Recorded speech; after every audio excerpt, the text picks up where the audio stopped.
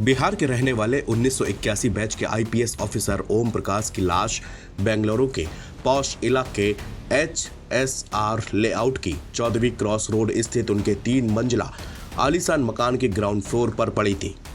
लाश सामान्य नहीं दिख रही थी, खून से पूरी तरह से लथपथ थी। IPS officer Om Prakash Karnataka police के डीजीपी भी रह चुके थे। जैसे ही ये बात लोगों को पता चली तो पूरे इलाके में एक सन्नाटा पसर गया। पुलिस को सूचना मिली तो पूरा इलाका पुलिस और एम्बुलेंस के सायरन से गूंजने लगा। अब लोगों को पता चल चुका था कि इलाके में किसी नामचीन व्यक्ति की मौत हुई है। जिसने भी आईपीएस ऑफिसर की लाश को देखा तो क्लियर हो गया था कि किसी ने इनकी जान ली है, क्योंकि उनके पेट और सीने में चाकुओं के 10 से ज्यादा घाव के निशान थे। पास में ही किचन का चाकू पड़ा हुआ था। कहानी जितनी सिंपल नजर आ रही थी, दरअसल उतनी थी नहीं। केस जितना सिंपल मर्डर का दिख रहा था, खुलासा उतना ही बड़ा हुआ। सवाल यह था कि घर में पत्नी और बेटी के होते हुए बेरहमी से पूर्व डीजीपी की हत्या कौन कर गया। शाम का करीब 4:30 बजे का वक्त रहा होगा। बेंगलोर पुलिस कंट्रोल रूम को एक कॉल आया। कॉल करने वाली थी पल्लवी।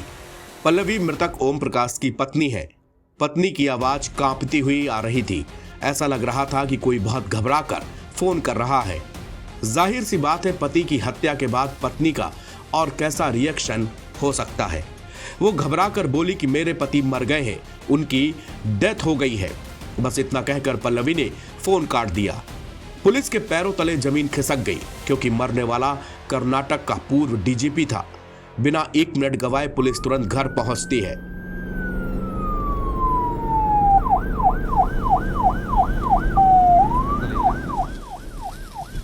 घर पहुंचकर पुलिस ने दरवाजा पीटना शुरू किया। अंदर से कोई आहट नहीं मिल रही थी। पुलिस कर्मियों ने कई आवाजें लगाई, मगर अंदर से कोई प्रतिक्रिया नहीं मिली, जबकि उनकी पत्नी पल्लवी और बेटी कृति अंदर मौजूद थी। अब पुलिस ने दरवाजा तोड़ दिया। घर के अंदर जो सीन पुलिस ने देखा वो भयावह था। पूर्व डीजीपी ओम प्रकाश की लाश ग्राउंड फ्लोर पर बने ड्राइंग रूम पर पड़ी थी। पुलिस लाश के पास आगे बढ़ी तो देखा पास में ही पत्नी पल्लवी खामोश बैठी हुई है। दूसरे कमरे में बेटी कृति बैठी थी। पुलिस ने दोनों को हिरासत में ले लिया। पुलिस की शुरुआती जांच में पल्लवी मुख्य संदिग्ध के रूप में उभरी। सूत्रों ने बताया कि हत्या के बाद पल्लवी ने एक दूसरे रिटायर्ड आईपीएस अधिकारी की पत्नी को फोन किया और चौंकाने वाला बयान दिया। पल्लवी ने फोन पर कहा था कि उस राक्षस को मार डाला। यह राक्षस कोई नहीं बल्कि उनका पति ओम प्रकाश ही था। पल्लवी ने इसके बाद 112 पर कॉल करके पुलिस को सूचना दी, लेकिन जब पुलिस उनके घर पहुंची तो पल्लवी और कृति ने दरवाजा खोलने से इनकार कर दिया। पुलिस को यह व्यवहार संदिग्ध लगा। पूछताछ में सामने आया कि पत्नी के साथ ओम प्रकाश की तीखी बहस हुई थी। गुस्से में पल्लवी ने डिब्बे भर लाल मिर्च का पाउडर ओम प्रकाश की आंखों में झोंक दिया। जब वो जलन के कारण इधर उधर भागने लगा, तभी पत्नी पल्लवी ने उस पर धारदार हथियार से एक के बाद एक कई वार कर दिए। इससे उनकी मौके पर ही जान चली गई। पल्लवी से पूछताछ में पता चला कि वो मानसिक स्वास्थ्य समस्याओं से जूझ रही थी। कुछ सूत्रों ने दावा किया कि उन्हें स्किज़ोफ्रेनिया जैसी बीमारी थी और वो नियमित रूप से मानसिक स्वास्थ्य केंद्रों में इलाज करवाती थी।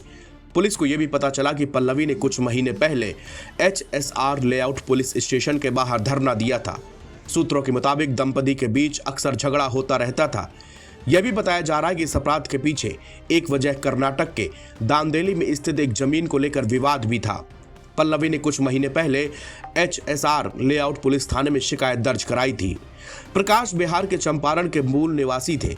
उन्हें 1 मार्च 2015 को कर्नाटक का पुलिस महानिदेशक नियुक्त किया गया था। वो मार्च 2017 तक अपने रिटायरमेंट तक इसी पद पर रहे। उन्होंने अपने करियर की शुरुआत बल्लारी जिले में अतिरिक्त पुलिस अधीक्षक के रूप में की थी। उन्होंने शिवमोगा, उत्तर कन्नड़, चिकमंगलूर, लोकायुक्त और अग्निशमन और आपातकालीन सेवाओं में भी महत्वपूर्ण भूमिका निभाई। एनबीटी ऑनलाइन की रिपोर्ट।